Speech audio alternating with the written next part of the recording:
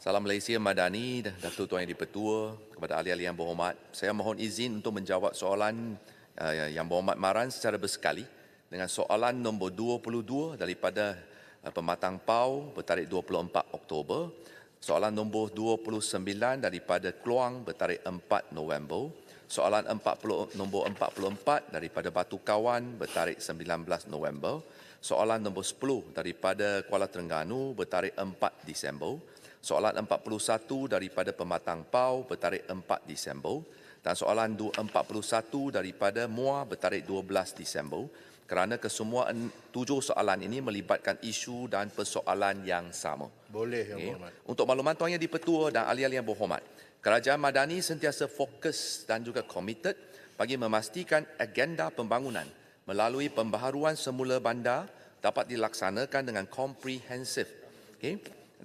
Demi meningkatkan kualiti hidup rakyat serta mencapai hasrat bandar yang mampan dan berdaya huni. Sebagaimana manusia yang mempunyai tahap kesihatan dan jangka hajatnya, begitulah juga keadaan dengan kondisi bangunan dan juga bandar yang turut akan terdedah kepada situasi rosak, daif, usang serta semakin memburuk dengan pertambahan masa. Keadaan ini boleh memberi kesan ke atas keselamatan dan kebergunaannya. Berdasarkan piawaian Jabatan Kerja Raya JKR bagi jangka hayat aset infrastruktur dan aset kejuruteraan, tempoh jangka hayat optimal bagi infrastruktur ataupun bangunan adalah dalam lingkungan 50 hingga ke 80 tahun berdasarkan kepada parameter tertentu seperti jenis bahan binaan, struktur dan juga reka bentuk. Justru dalam menyokong usaha agar tahap guna tanah mencapai peringkat yang optimum serta kualiti infrastruktur dan kemudahan awam yang dapat menyokong kepesatan pembangunan negara, maka penyediaan satu rangka perundangan yang kukuh melalui cadangan penggubalan Aktah Pembaruan Semula Bandar ataupun PSB adalah kritikal untuk tanah air kita. Dalam hubungan ini, Kementerian melalui Plan Malaysia dengan kerjasama Malaysia Productivity Corporation MPC dalam melaksanakan Regulatory Impact Analysis RIA dan selanjutnya telah menyediakan laporan Regulatory Impact Statement. Untuk berdasarkan kepada Regulatory Impact Assessment ini, Akta Penggubalan Aktah PSB akan berpaksikan kepada 10 prinsip utama, iaitu pertama, persetujuan pemilik. Prinsip kedua, pengekalan penduduk asal. Prinsip ketiga, menjaga kepentingan pemilik tanah. Prinsip keempat, penempatan sementara yang kondusif. Prinsip kelima, penilaian kriteria tapak pembaharuan semula bandar. Prinsip keenam, guna tanah yang efektif. Prinsip ketujuh, penilaian terperinci berdasarkan kepada tapak laporan perancangan dan peruntungan. Prinsip ke-8, penambahbaikan penggunaan teknologi. Prinsip ke-9, kelulusan pembangunan mengikut prosedur peruntukan perundangan sedia ada. Dan prinsip yang ke-10, iaitu pembangunan berfasa dan juga berperingkat. Berpaksikan kepada 10 prinsip di atas, maka dari aspek perlindungan hak pemilik hartanah yang terlibat dengan pelaksanaan projek PSB, draft RUU PSB telah mengambil kira peruntukan khusus mengenai di mana semasa permulaan proses PSB dibuat, kerajaan akan berunding dengan pemilik bersama-sama dengan badan pelaksana serta pemaju yang dilantik. Proses rundingan akan diadakan sehingga semua pihak bersetuju dengan syarat-syarat dan kehendak pemilik terlibat.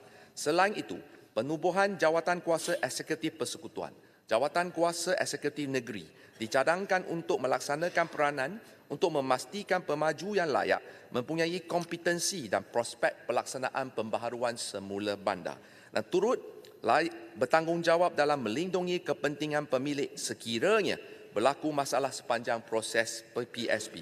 Selain itu, bagi memperkukuhkan lagi perundingan, perlindungan ke atas hak dan kepentingan pemilik, satu jawatan kuasa mediasi dicadangkan untuk ditubuhkan bagi menyelesaikan masalah-masalah yang berkaitan dengan projek pembangunan semula bandar. Dalam memastikan draft undang-undang baru ini adalah responsif terhadap keperluan sebenar, KPKT telah mengadakan 52 kali sesi ulut rebas libat urus bersama dengan Focus Group melibatkan pelbagai agensi persekutuan, pihak berkuasa negeri, PBT, Jabatan Peguam Negara, institusi pengajian tinggi awam, penggiat industri, badan profesional, pertubuhan bukan kerajaan serta semua pihak-pihak berkepentingan yang lain bagi memastikan pelaksanaan undang-undang yang menyeluruh. Sebagai makluman juga, KPKT telah membentangkan Memorandum Jemaah Menteri Dasar kepada Kabinet bagi cadangan penggubalan undang-undang baru ini pada 14 Ogos tahun ini. Selain juga, pembentangan telah pun dibuat kepada Special Select Committee Dewan Yang Mulia ini, iaitu Jawatan Kuasa Pilihan Khas Infrastruktur Pengangkutan dan Komunikasi di Parlimen pada minggu lepas, iaitu 17 Oktober. Khusus untuk mendapatkan pandangan dan sokongan ahli-ahli Parlimen di dalam Jawatan Kuasa Khas. Untuk makluman, sesi lebar urus bersama Kerajaan Negeri Sabah dan Sarawak juga akan diadakan pada bulan depan agar keperluan khusus mereka turut diberikan perhatian mengambil kira keunikan kawasan dan geografi. Sebagai mekanisme perundangan yang komprehensif, Tuan Yang di-Pertua, IUU baru ini dijangka memberi manfaat dari aspek-aspek berikut. Pertama, meningkatkan kecekapan perancangan bandar, khususnya untuk menangani risiko keusangan serta kemerosotan bandar. Yang kedua, menyediakan mekanisme dan ekosistem pembangunan ekonomi baru, menangani isu kawasan tepu bina bandar serta cabaran mengekalkan persekitaran bandar yang mampan, hijau dan lestari. Ketiga, mengurangkan tekanan pembangunan ke atas kawasan greenfield sekaligus mengatasi isu rebakan bandar ataupun urban sprawl. Keempat, mengoptimalkan penggunaan tanah sekaligus merangsang pertumbuhan ekonomi baru. Dan yang kelima, meningkatkan nilai hartanah, menjaga produktiviti yang tinggi dan menyuntik ekonomi setempat. Maka secara keseluruhannya, Tuan Yang di-Pertua, pelaksanaan pembaharuan semula bandar mampu memastikan pembangunan yang dilaksanakan adalah lebih terancang dan inklusif selari dengan prinsip dengan izin leave no one behind. Tiada yang terpikir, tiada yang tertinggal. Termasuk dalam untuk melindungi hak pemilik yang terkesan. KPKT sentiasa komited dengan inisiatif pembangunan, berkonsepkan pembaharuan semula bandar dan ikhtiar. Penggubalan akta baru ini diyakini dapat menyokong serta memenuhi perancangan negara ke arah untuk memastikan kemampanan bandar dan kesejahteraan rakyat secara seimbang dan saksama. Sekian, terima kasih. Soalan tambahan yang berhormat Terima Marat. kasih, Yang Berhormat. Untuk Speaker, terima kasih Menteri. Jawatan memang panjang dan cantik. Pelaksanaan kita belum tahu. Yang Berhormat Datuk Ketua, penggubalan dan pelaksanaan Akta Pembaharuan Semula Bandar nanti belum tentu boleh menjamin dapat meningkatkan kualiti hidup rakyat serta mencapai hasrat bandar mampan dan berdaya uni. Kerana jelas banyak faktor negatif yang berlaku hasil daripada pembangunan bandar-bandar di negara kita. Umpamanya peningkatan masalah sosial, jenayah, pelacuran, dadah, pemilikan harta sebahagian rakyat, lambakan pekerja-pekerja asing dan sebagainya. Saya ingin bertanya kepada Yang Berhormat dari sudut lain, apakah usaha dan langkah kerajaan dalam menangani isu yang saya sebutkan tadi? Dan apakah usaha kerajaan yang diambil oleh kerajaan supaya tidak ada pertindahan, tidak ada pemindahan penduduk yang tidak adil, Yang Berhormat dah sebutkan sedikit tadi, dan sejauh mana kerajaan telah mengkaji secara mendalam tentang pertindahan undang-undang perbandaran yang telah ada sekarang. Umpamanya Akta Kejayaan Tempatan 1971 ataupun Akta 76, Akta 171 dan sebagainya. Terima kasih. Yang Berhormat Menteri. Terima kasih kepada Yang Berhormat Maran atas soalan tambahan.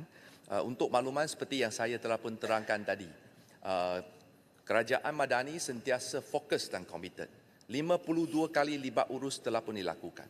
Malahan, walaupun draft undang-undang belum lagi disempurnakan, di mana libat urus telah diadakan bersama dengan Special Select Committee Dewan Yang Mulia ini. Maka semua isu-isu yang telah dibangkitkan oleh Yang Berhormat memang sedang ditangani dan kita yakin dengan semangat berat sama dipikul, ringan sama dijinjin, kita akan mampu mengatasinya dan pastikan kemampanan pembangunan bandar kita ini akan sentiasa diuruskan dengan penuh beradab dan juga bertata krama. Ini adalah kamus Anwar Ibrahim yang baru saya belajar hari ini. Dan untuk pastikan supaya hak dan kepentingan pemilik hartanah tidak terjejas. Bagi pemilik strata yang bersetuju, untuk maklumat, menyertai pembaruan semula bandar. Kita akan bagi dia dua cadangan. Kaedah penyertaan secara rundingan. Pertama, one-to-one basis. Itu pemilik asal akan dapat satu rumah baru atau lebih mengikut perjanjian yang setimpa. Not less favorable, perkataan dia.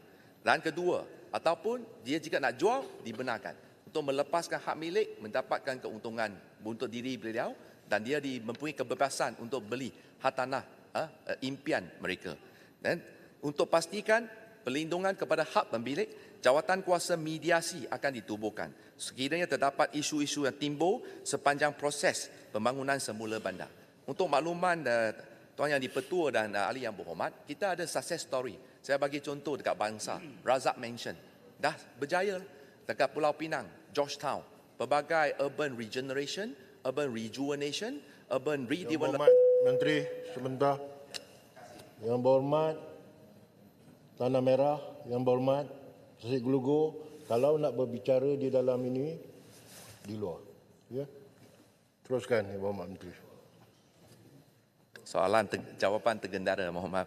Maka ya, lebih kurang saya rasa saya pun dah terangkan dengan seterang-terang, maka tak payah bersuluh jika sudah telang. Terima kasih.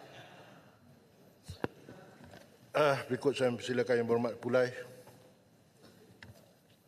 Terima kasih Timbalan Speaker. Kawasan perumahan yang ingin dibangunkan ini tentulah telah berusia lama dan tentulah ada pemilik-pemiliknya yang telah meninggal dunia dan sebagainya.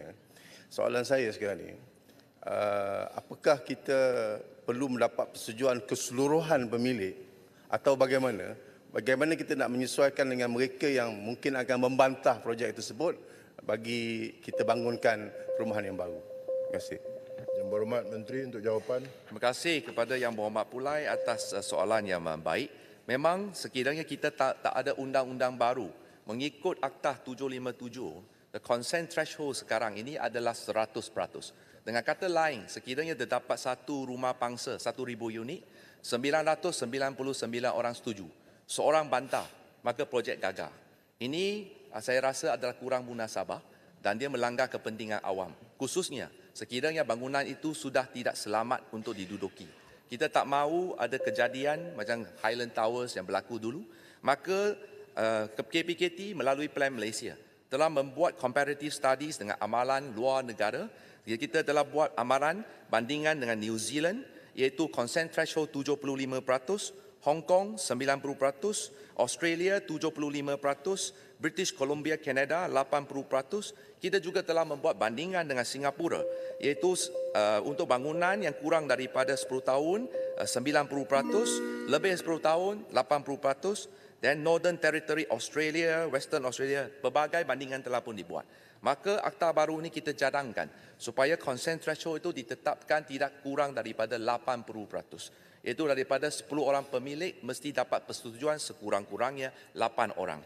Maka projek itu bolehlah dirunding supaya pembaharuan semula bandar ini dapat dijana dan juga dibangunkan. Sekian, terima kasih.